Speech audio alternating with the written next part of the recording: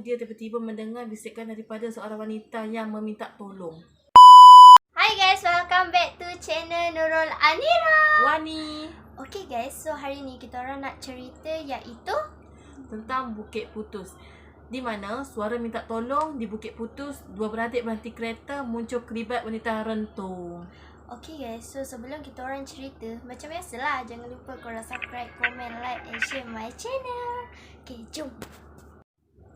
Hai guys, okay, kita akan cerita pasal Bukit Putus. Begini cerita dia. Kisah mengenai Bukit Putus sememangnya cukup popular dalam kalangan penduduk Negeri Sembilan, terutamanya bagi pengguna jalan raya yang mahu menuju ke Kuala Pilah dari Seremban. Penduduk tempatan menggelar laluan itu jalan ular, seperti kata pepatah, bak ular kena palu kerana mempunyai 32 liku. Ia juga agak sempit dan gelap pada waktu malam menyebabkan tidak ramai orang berani melalui jalan itu. Lagipun, sejak laluan baru dibuka, laluan Bukit Putus jarang lagi digunakan untuk menjimatkan masa. Keadaan jalan Bukit Putus yang dikelilingi hutan rimba dan bergaun itu dikatakan keras, dan ramai pengguna jalan raya pernah menjadi mangsa gangguan ketika melalui kawasan tersebut. Mengibau kejadian ngeri melalui Bukit Putus, seorang pemuda bernama Syakir memberitahu, walaupun peristiwa itu sudah lama berlalu, namun ia kekal segar dalam ingatannya sehingga ke hari ini. Cerita Syakir ketika kejadian dia bersama abangnya dalam perjalanan ke rumah ibu bapa mereka di Kuala Pilah untuk mengambil barang sebelum meneruskan perjalanan ke Pahang kerana berhari raya di kampung neneknya. Ia berlaku pada tengah malam.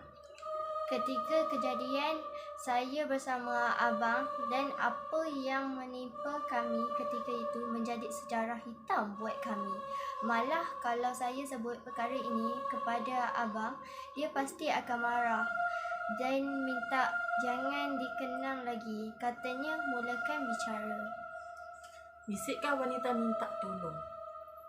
Pada awalnya, kata Syakir, perjalanan mereka berjalan lancar, namun apabila tiba di selengkau ketiga Bukit Putus, radio kereta abangnya tiba-tiba mengalami gangguan siaran.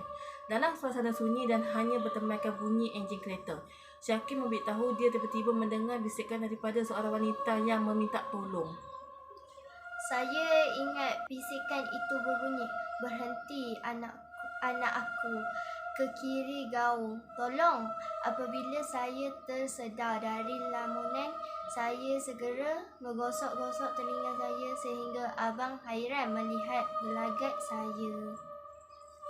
Abang, saya mahu berhenti di tepi jalan pada awalnya, namun saya minta dia teruskan perjalanan tanpa memberitahu apa yang berlaku kepada saya, ceritanya.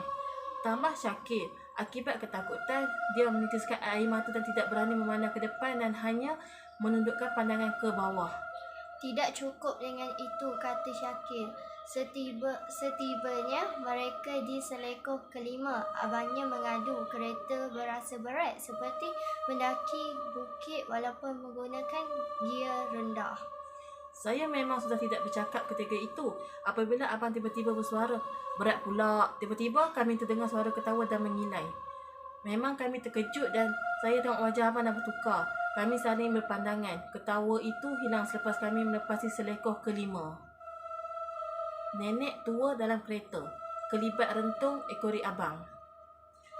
Tibanya di selekoh ke-8, Syakir memberitahu kereta mereka tiba-tiba bergerak perlahan sebelum abangnya mengambil keputusan untuk berhenti di tepi jalan bagi memeriksa enjin.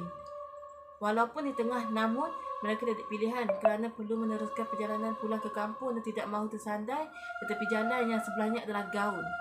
Seperti dijangka, kata Syakir, ketika abangnya keluar dari kereta, dia terlihat kelibat seperti wanita rentung di belakang abangnya sehingga membuatkan dia tergamam. Lebih menyeramkan, abang pula menjerit minta saya keluar dari kereta melihat nenek tua berada di belakang saya. Saya pula minta dia masuk kembali ke dalam kereta. Saya terpaksa tarik abang saya masuk ke dalam kereta tanpa saya sedar ada makhluk lain di belakang kereta sebelum ternampak sebuah kereta melalui kawasan itu. Lega rasanya, katanya. Pemandu kereta itu, kata Syakir, memberhentikan kereta untuk bertanya tentang keadaan kami dan mereka mengambil keputusan untuk mengekori kenderaan itu dari belakang. abang saya sudah menggigil kesejukan dan saya ambil alih memandu kereta walaupun tidak lesen dan mengikut kereta lelaki itu dari belakang. Abang diam tak terkata seperti dia takut akan sesuatu. Saya dah fikir apa ketika itu melainkan kami selamat sampai ke kampungnya, katanya. Perjalanan mereka, kata Syakir, lancar sehinggalah lelaki tersebut singgah di sebuah stesen minyak di Ulu Bendul. Untuk ketandas dan ketiga itu abangnya sudah mula tenang dan mampu bercakap. Ketika berhenti di stesen minyak itu, abangnya mula memberitahu tentang nenek tua yang dilihatnya sehingga membuatkan dia tergamam. Nenek dedah ada makhluk ikut pulang ke rumah. Meskipun selamat tiba di kampung, Syakir memberitahu rupa-rupanya kisah misteri dia alami mereka tidak berakhir di situ apabila neneknya bercerita ada makhluk mengikut mereka pulang. Neneknya memberitahu disebabkan kedua beradik itu masuk tergopoh-gopoh ke dalam rumah tanpa memberi salam menyebabkan ada benda mengikut mereka. Nenek beritahu ketika kami masuk, dia nampak ada orang tua di belakang abang. Selepas kami salam nenek, benda itu ikut kami masuk ke dalam bilik. Namun kata nenek, benda itu sudah keluar dari rumahnya selepas nenek meminta ia meninggalkan kediamannya dengan cara baik dan tidak mengganggu mereka sekeluarga, katanya. Sejak kejadian itu, kata Syakir, mereka tidak pernah lagi melalui jalan Bukit Putus dan menggunakan jalan baru yang dibuka sejak 2009.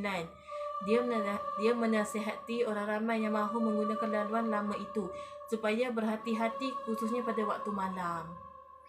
Okay guys, tu saja kisah Bukit Putus yang mana dialami oleh Syakir dan abang dia. Yalah, korang mesti tahu kan ada nenek tua ikut diorang boleh nampak macam mana rentung kereta tu rentung terbakar berlaku. Bayangkanlah dua beradik balik. Macam Wani ke balik kampung pun tak pernah Bukit Putus. Memang ada nampak ayah kata abah lah dia kata nak lalu ke. Tapi Wani pernah dengar cerita macam-macam, takkan nak lalu. Kalau siang gagah, malam tak. Sebab takut. Okey lah guys, itu saja channel pada kali ini. Korang boleh komen dekat bawah korang nak suruh kami cerita seram apa lagi kan. So, jangan lupa korang tekan button tu kat bawah. Sebab sekarang kami upload video baru, korang terlepas nak tengok kan. Okey lah guys, bye.